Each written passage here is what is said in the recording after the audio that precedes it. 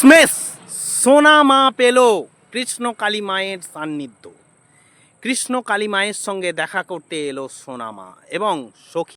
Welcome to our channel Suman Sunanda vlogs. তো বন্ধুরা, আপনারা সকলেই জানেন যে সত্যের জয় হয়, সত্য কোনোদিন পরাজিত হতে পারে না, এটাই নিয়ম।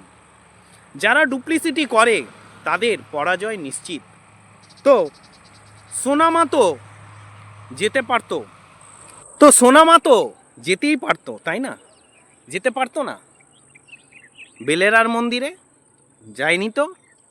গেছিল, গেল গুসকরার কাঁঠাল ডাঙার মন্দিরে।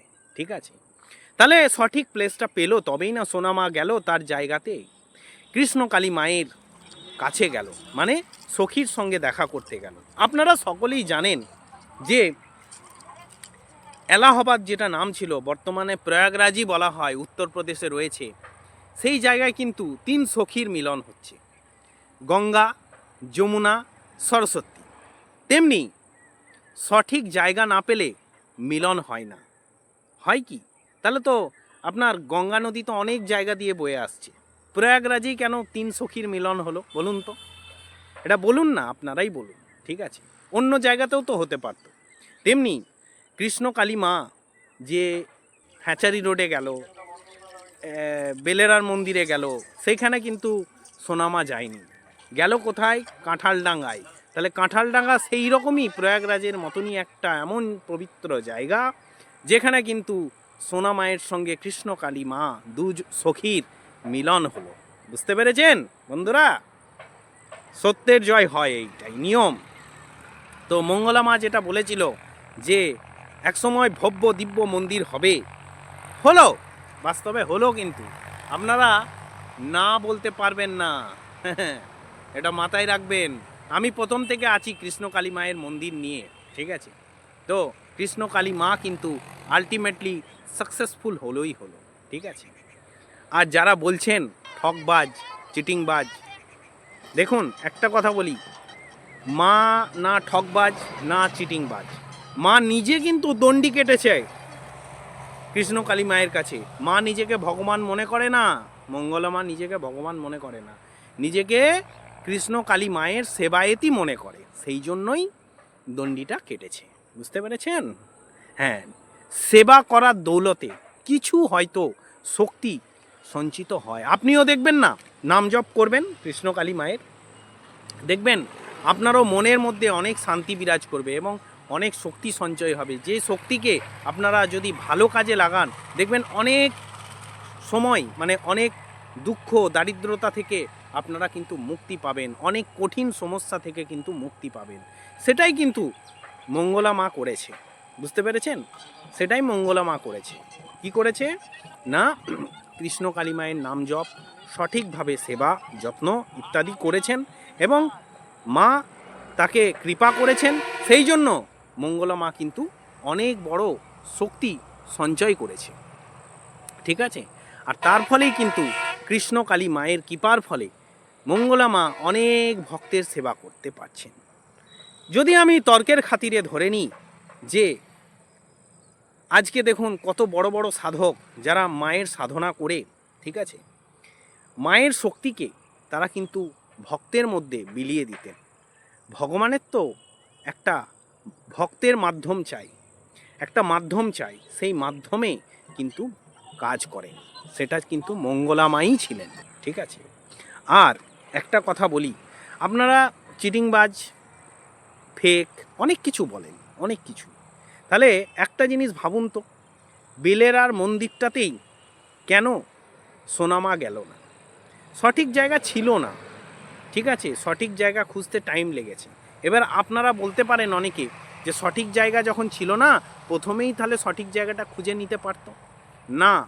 ভগবানের লীলাকে কেউ বুঝতে পারে না। বুঝতে পেরেছেন? ভগবানের যে লীলা, সেই লীলাকে যদি সবাই বুঝেই যেত তাহলে তো অনেক কিছুই হয়ে যেত। সবাই বুঝতে পারে না। ভগবানের লীলা এমন একটা লীলা যে লীলাকে সবাই কিন্তু বুঝতে পারে না। হ্যাঁ, আর একটা কথা অবশ্যই আমি বলবো যে কৃষ্ণকালী মায়ের মন্দির যাওয়ার আপনাদের যদি সামর্থ্য না থাকে, অনেক দূরে আছেন, অবশ্যই আপনি নাম জপ করতে পারেন, ঠিক আছে, যে কোনো ঠাকুরের। হ্যাঁ, এটা বলবো না যে কৃষ্ণকালী মায়েরই নাম জপ করলেই হয়ে যাবে, এটা নয়, যে কোনো আপনার যেটা ইষ্ট মনে হয় যে আমার এটাকে এই ঠাকুরকে ভালো লাগে তাহলে এই ঠাকুরেরই আমি নাম জপ করব, তাহলে তবুও আপনি কিন্তু ফল পাবেন। সবাই বলেছে যে ঈশ্বর এক এবং যত মত তত পথ, ঈশ্বরের কোনো ভাগ নেই, ঠিক আছে, ঈশ্বর এক, এক অদ্বিতীয় এবং তার বিভিন্ন রূপ। এবার যারা কৃষ্ণকালী মায়ের কাছে আসতে চাইছেন, আমি এর আগের দিনে একটা ডিটেলসে ভিডিও বানিয়ে দিয়েছি যে বর্ধমানের স্টেশন থেকে কি করে যাবেন আপনারা, গুসকরা রেল স্টেশন, ঠিক আছে, সেইগুলো কি করে যাবেন দেখবেন। আমি এর পিছনেই একটা ভিডিও বানিয়ে দিয়েছি, একটু চ্যানেলে যাবেন, একটু দেখে নেবেন, ঠিক আছে, সার্চ করবেন, দেখবেন ডিটেলসে বানিয়ে দিয়েছি। আপনাদের ওই ভিডিওটা দেখলে যাওয়ার কোনো অসুবিধা হবে না আশা করি, ঠিক আছে। আর যদি অসুবিধা হয় কমেন্টে জানাবেন, আবার আমি রিপ্লাই দিয়ে দেবো, ঠিক আছে। তো যেটা বিষয় হচ্ছে যে কৃষ্ণকালী মা কিন্তু লীলা, মানে যদি এটা একটা খুব ছোট ব্যাপার হতো না, এত লীলা হতো না, কৃষ্ণকালী মায়ের এত লীলা হতো না, বুঝলেন। আর মানুষের বিশ্বাস মানে ভঙ্গ করার কারো অধিকার নাই, ঠিক আছে। মানুষের বিশ্বাস যেখানে জন্মায়, মানুষ সেখানে কিছু না কিছু প্রাপ্তি করেই, ঠিক আছে। মঙ্গলা মা কিন্তু নিজেকে কোনোদিনই বলেনি যে আমি ভগবান, আমি কৃষ্ণকালী, আমি সব কিছু। তাহলে মঙ্গলা মা যদি সেরকমই হয়ে যেত, তাহলে সে দণ্ডি কেটে ঠাকুরের জল আনতে যাওয়া এগুলো কেন করতো বলুন, ঠিক আছে। নিজেকে কোনোদিনই মনে করেন না, উনি নিজেকে সেবায়েতই মনে করেন, ঠিক আছে। আর দেখুন একটা জিনিস যে মঙ্গলা মা শুধু নয়, আমরাও যারা ইউটিউবে ভিডিও বানাই, ঠিক আছে, আমরাও কিন্তু চেয়েছিলাম যে কৃষ্ণকালী মায়ের একটা ভালো মন্দির হবে, যেখানে যারা কৃষ্ণকালী মায়ের ভক্ত আছেন তারা অবশ্যই মায়ের মন্দিরে যাবেন, দর্শন করবেন এবং থাকার জায়গা পাবেন। দেখুন ভক্তরা ভগবানের সন্ধানে বিভিন্ন জায়গায় যান, তো ভগবানের তো বিভিন্ন রূপ আছে, কৃষ্ণকালীর তো একটা রূপ, তাহলে সেখানে গিয়েও যদি ভগবানের আরাধনার মাধ্যমে তাদের রোগ জ্বালায় বলুন আর তাদের মনের বাসনাই পূর্ণ যদি হয়, ঠিক আছে, তাতে ক্ষতি কিসের, আপনাদের কি জ্বলন বলুন তো, যারা উল্টোপাল্টা কমেন্ট করেন, ঠিক আছে, তাদের জ্বলনের দরকার নেই। একটা জিনিস বলবো যে সত্যের জয় হয়ই, সত্য কোনোদিন চাপা থাকে না। দেখুন শ্রী চৈতন্যদেবকে অনেক মানুষ কিন্তু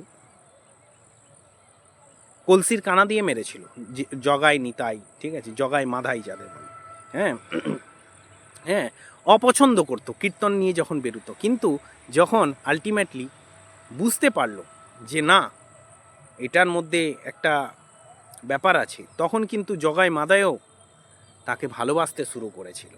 এবং শ্রী চৈতন্যদেবের মধ্যে শক্তি ছিল বলেই কাউকে অবহেলা করতো না।